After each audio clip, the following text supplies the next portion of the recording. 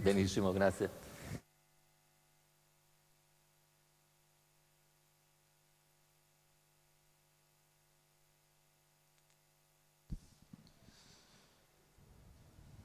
Confronto per 2 anni, tutte femmine.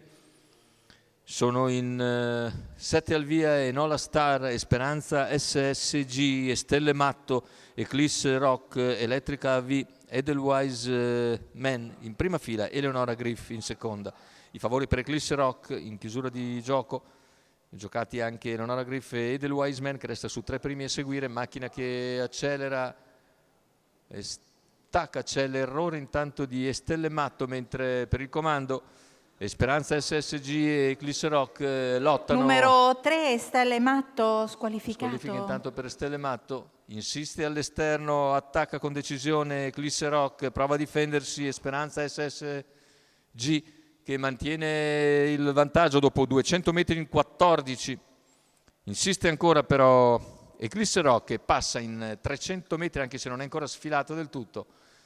Al paletto dei 400 riesce a perfezionare il sorpasso e quindi si è portato a condurre. Dunque più indietro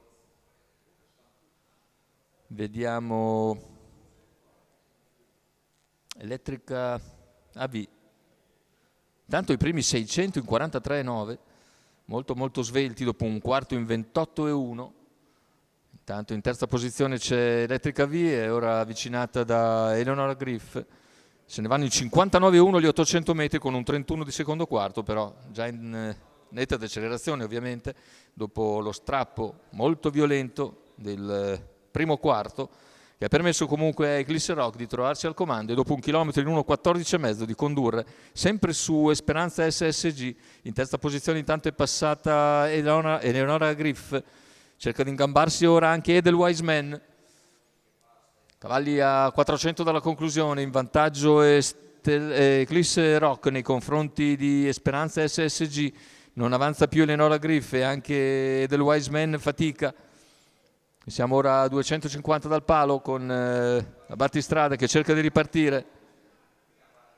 Eclipse Rock in vantaggio all'ingresso addirittura d'arrivo, è inseguita da Speranza SSG.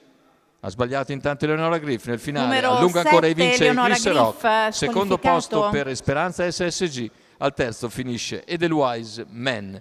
Vince dunque la favorita, 2,50 in chiusura quota fissa Eclipse Rock, VP dell'Annunziata in sediolo per conto di Filippo Rocca e della scuderia Sant'Eusebio.